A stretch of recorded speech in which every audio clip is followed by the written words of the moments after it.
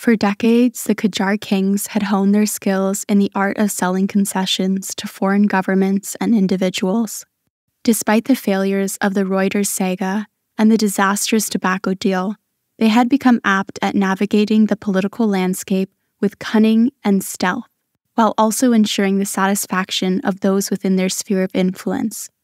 As a result, Persia had become known as a country that was open for business, with every corner available for auction to potential buyers at a very reasonable price.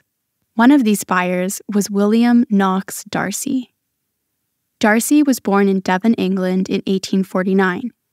He started his career as a clerk in the City of London, where he gained experience in finance and business. He then went on to work in various other industries, including mining, banking, and shipping.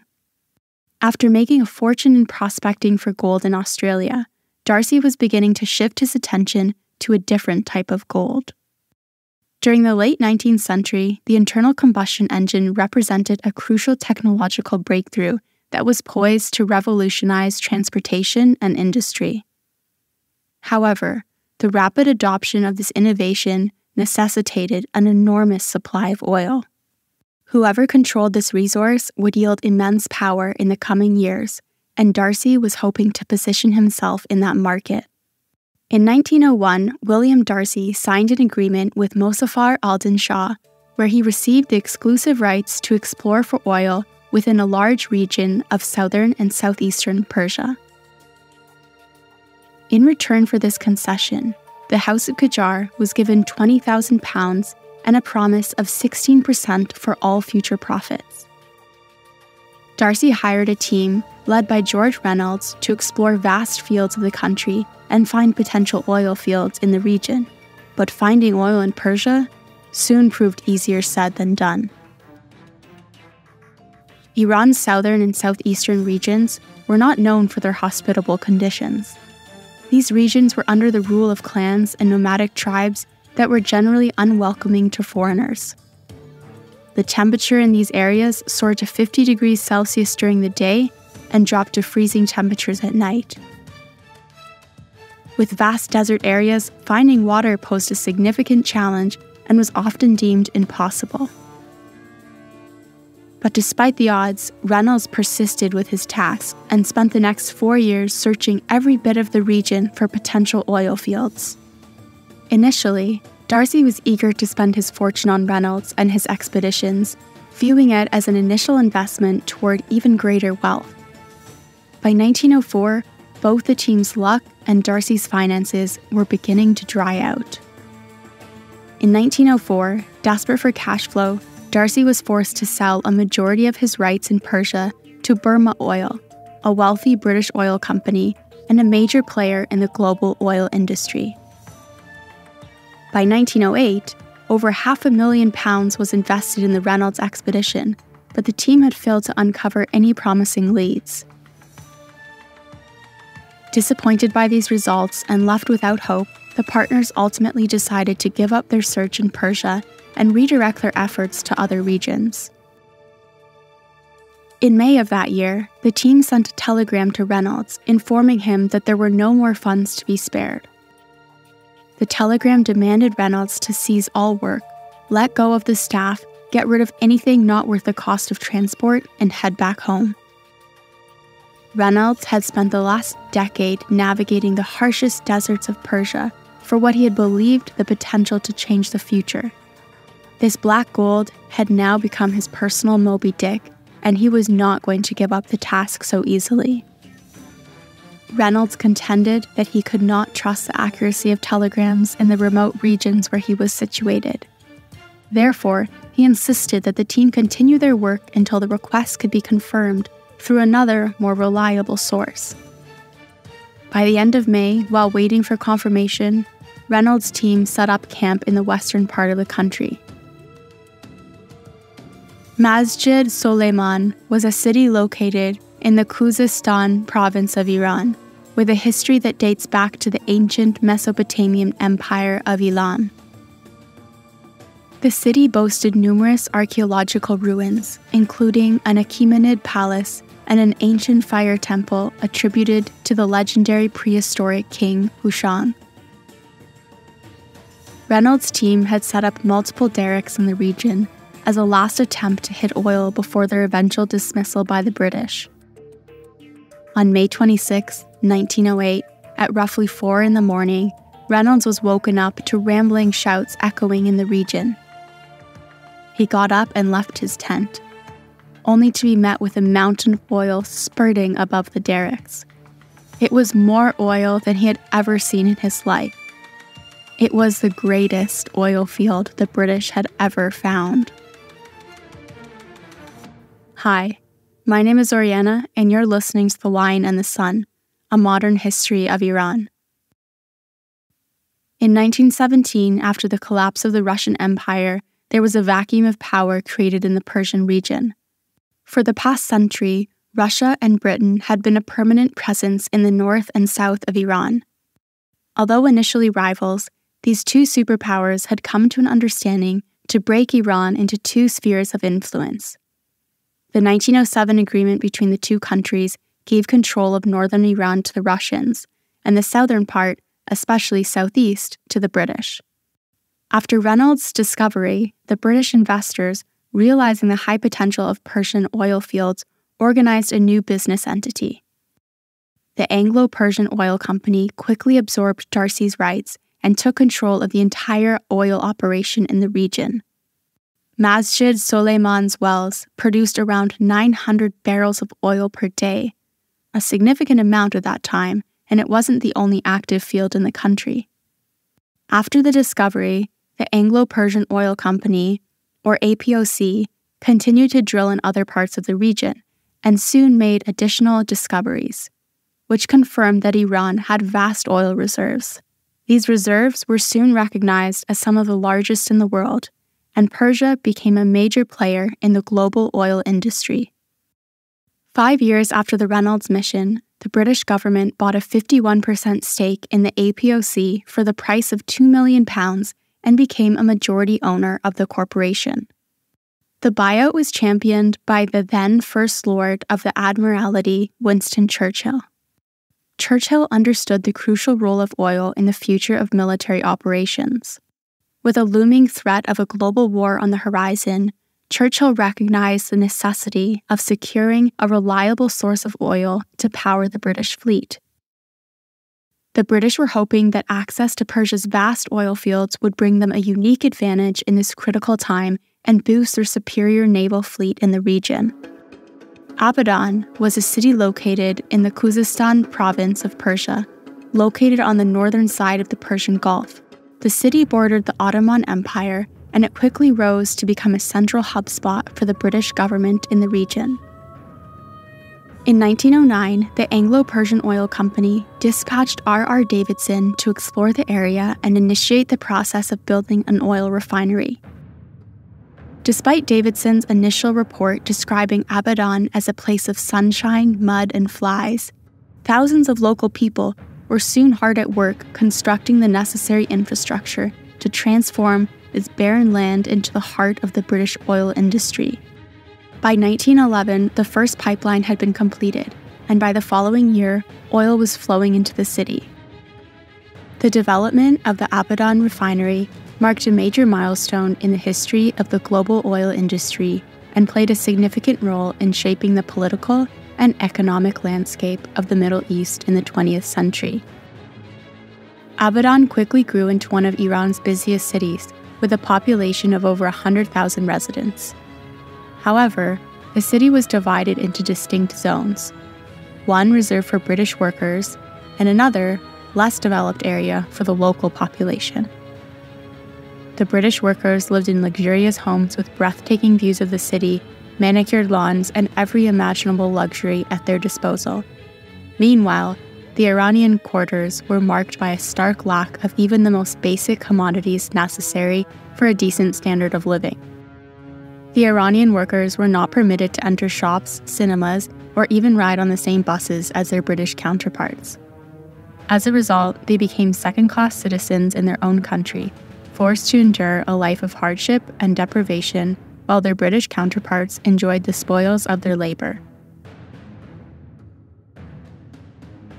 When the First World War started in 1914, the British knew that Abadan and other oil cities would be a prime target for the Central Powers. So they decided to increase their military presence in the region.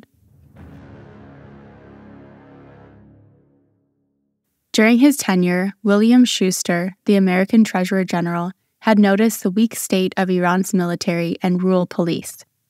These forces were understaffed, inadequate, and beholden to the interest of foreign powers. He had proposed the creation of a treasury gendarmerie, a paramilitary force that focused on collecting taxes from the distant parts of Iran. Neutral in its nature, the purpose of this force was the safety of Persian provinces, its pathways, and far-out regions. Schuster's proposal was approved by Majlis, and with the help of the Swedes, who Persians chose as a middle between Russia and Britain, the Persian Gendarmerie was founded. On paper, this branch of armed forces was supposed to be neutral, but during the First World War, officers of the Gendarmerie, like most of the Iranian intelligentsia and constitutionalists, were sympathetic towards Germany and were secretly helping the Central Powers. The British knew that they couldn't count on the Gendarmerie to protect their assets, so they decided to bring their own army to the region. In March 1916, Percy Sykes landed in Bandar Abbas. Percy Sykes was a British soldier, diplomat, and scholar, known primarily for his work in Persia. He had extensive knowledge of the region and had traveled to the country on multiple occasions. He had even written a 2-volume book on the history of Persia. That's why the British saw him as the perfect option for establishing a military base in the region. Upon his arrival, Sykes had a few British officers, a company of Indian soldiers, and small quantities of weapons and ammunition at his disposal. His mission was to recruit and train a British-controlled army in Persia. The purpose of this army was to stand against Germany's meddling in the region and to fight the local tribes and clans that were loyal to the Central Powers. Sykes' early recruits came from pro-British tribes, but soon their army began welcoming soldiers from other British colonies, most notably soldiers from the British Indian Army. By the end of the year, South Persia Rifles, or SPR, had brigades in numerous cities, and their numbers had risen to 3,300 infantry, 450 cavalry, and some artillery pieces and machine guns. In 1917, the Rifles began a campaign to suppress any rebellious tribe within the vicinity of British interest. They went after them in their strongholds as well as their crops and livestock, crippling them logistically so that they could not continue to raid British supply lines and garrisons. During this time, Sykes also gained formal recognition for the Rifles from the Iranian government. By the end of that year, the SPR operated throughout the region, stretching from the southwest border with British India to the Kerman, Fars, Khuzestan, and Bakhtiari lands in the west. At this point in history, Iran had 3 different forces roaming its land: the Cossack Brigade, which was under the influence of the Russian Empire, the Gendarmerie, a supposedly neutral force that leaned more towards the Germans, and the South Persia Rifles, which were loyal to the British. After the fall of the British Empire, the Cossack Brigade lost their biggest benefactor and financial supporter.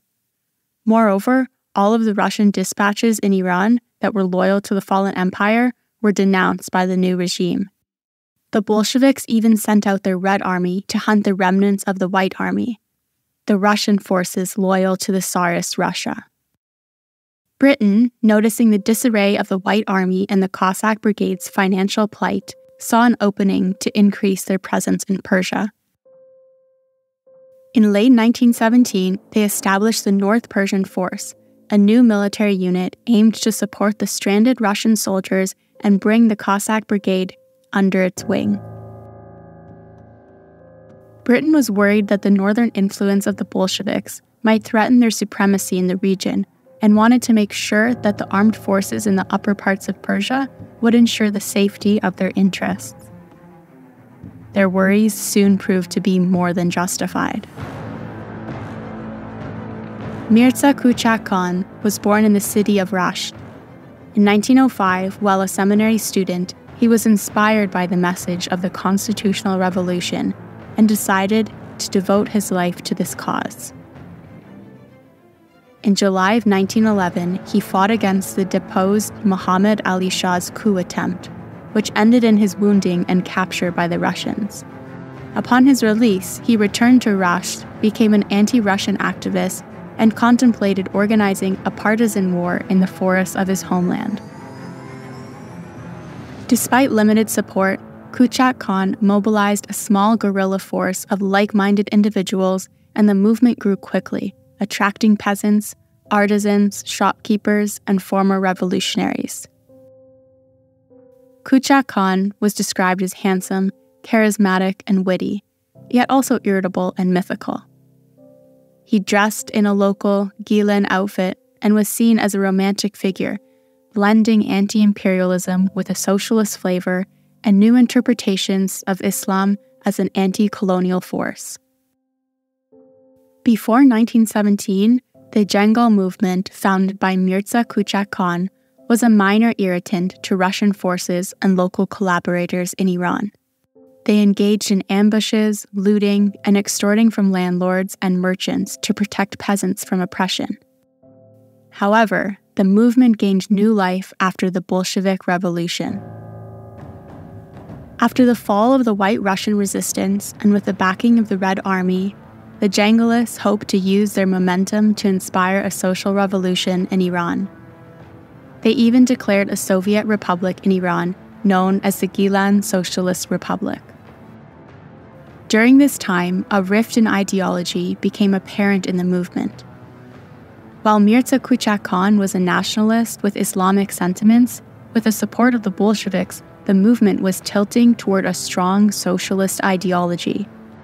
That's why, in the aftermath of declaring the Gilan Socialist Republic, Kuchak Khan was relegated to a largely ceremonial role in the movement, and other, more socialist members took control. Using this newfound support and standing against the involvement of Britain in Persia's affairs, the Jangalists decided to expand their influence. In June 1920, with the help of the Red Army, the group took control of Rasht, repelling local forces and British troops. The central government, pushed by the British, deployed the Cossack Brigade to take back the city, but their army met a crippling defeat and was forced to retreat. The members of the movement, galvanized by this victory, decided to expand their presence and set their sights on Tehran. Despite the Jangal Bolshevik alliance's gains and the Tehran government's inability to quash them, an internal coup against Kuchak Khan weakened the movement. Finally, after numerous assaults on the city, the government was able to push the Jangalists back into the northern forests of Iran. With a fractured leadership, lost ground, and weakened forces, the movement that had become the only remaining hope of nationalists faded into obscurity. While Britain's official reason for increasing its presence in the region was to counter Bolshevik influence, the true intent behind Britain's actions was far more complex and strategically calculated. George Curzon was a prominent British statesman and a key figure in British imperial policy. Curzon's political career began in 1886 when he was elected as a Member of Parliament. His dedication and expertise in foreign affairs led to his appointment as Viceroy of India in 1899 and ultimately as the Foreign Secretary of the British Empire. Curzon viewed Iran as a pivotal stronghold in the Middle East, crucial for protecting British interests in the region. He was convinced that Iran's security required British involvement. Additionally, establishing a presence in Persia would create a contiguous land network linking India, Persia, Iraq, Egypt, and ultimately the British Empire.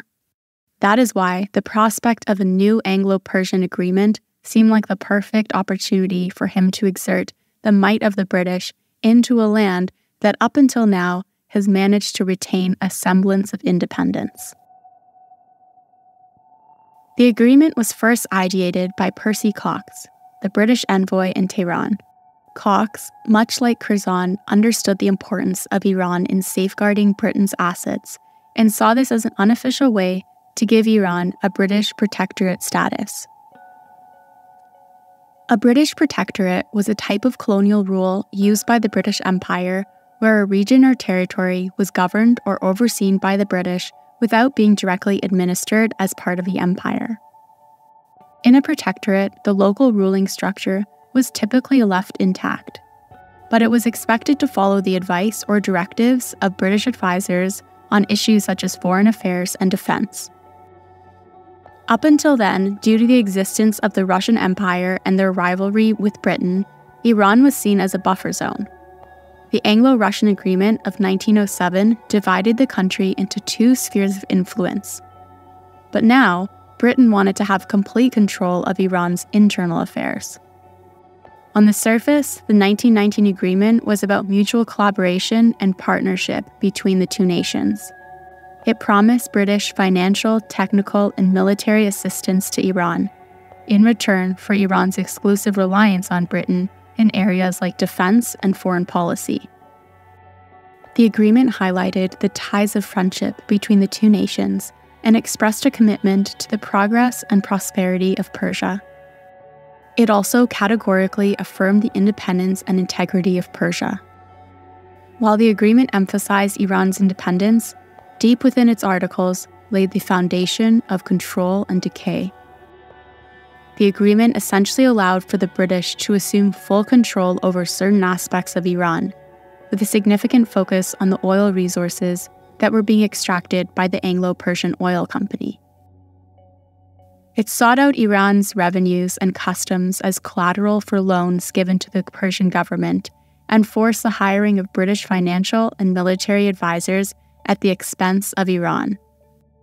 The agreement was so intrusive that even the United States criticized its existence, viewing it as a means through which Britain acquired colonial powers in Iran. While the international world worried about Britain's appetite for devouring another independent state, inside, the Persian government embraced the idea of a closer partnership with the empire. Hassan Vosouk al-Dowleh, Iran's then Grand Vizier, saw the 1919 agreement as the only way to safeguard the country's future. In his eyes, Britain's expertise in military and finance could save Iran from its post-war spiral into chaos. But despite the official support, the Persian populace stated a definitive opposition to the agreement. The people, specifically the nationalists, who were tired of their country being in the never-ending grasp of foreign powers, saw the 1919 agreement as the final step in the destruction of Iran's independence and sovereignty. With mounting disdain for the agreement, Vosouk al-Dowleh, now labeled as a traitor in political circles, lost all social credibility and became a hated figure in Persia's politics. The young Shah, witnessing the wave of anger within its people, saw no choice but to dismiss Vosouk al-Dowleh in June 1920. After his dismissal, it became clear to the British that the 1919 agreement was officially dead.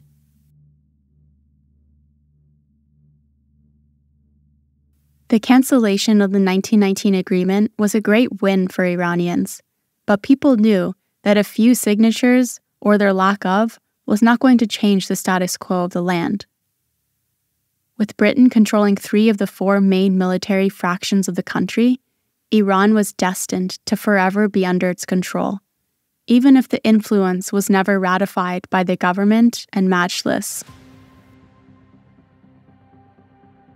In 1920, Iran was a nation engulfed in the aftermath of war, its cities haunted by death and famine.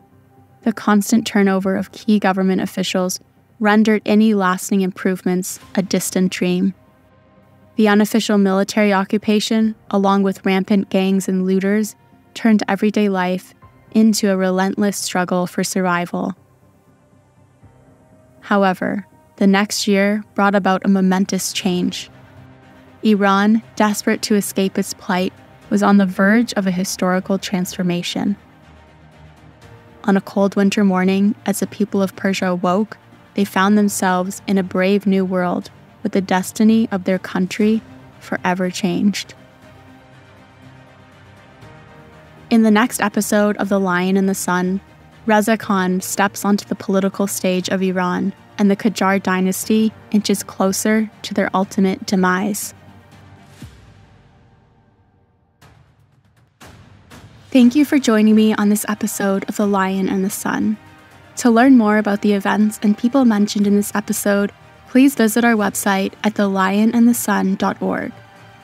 If you also want to see supporting photos, timelines, and character guides, you can follow us on Instagram and TikTok, and for early access to episodes and other perks, you can join our Patreon. The links are in the description. If you like this episode and our show so far, don't forget to rate the podcast and leave us a review on Apple Podcasts, Spotify, or wherever you listen to us from. Your feedback will help us improve and bring you even more engaging content in the future. My name is Oriana, and I'll see you in 2 weeks. Thanks for listening.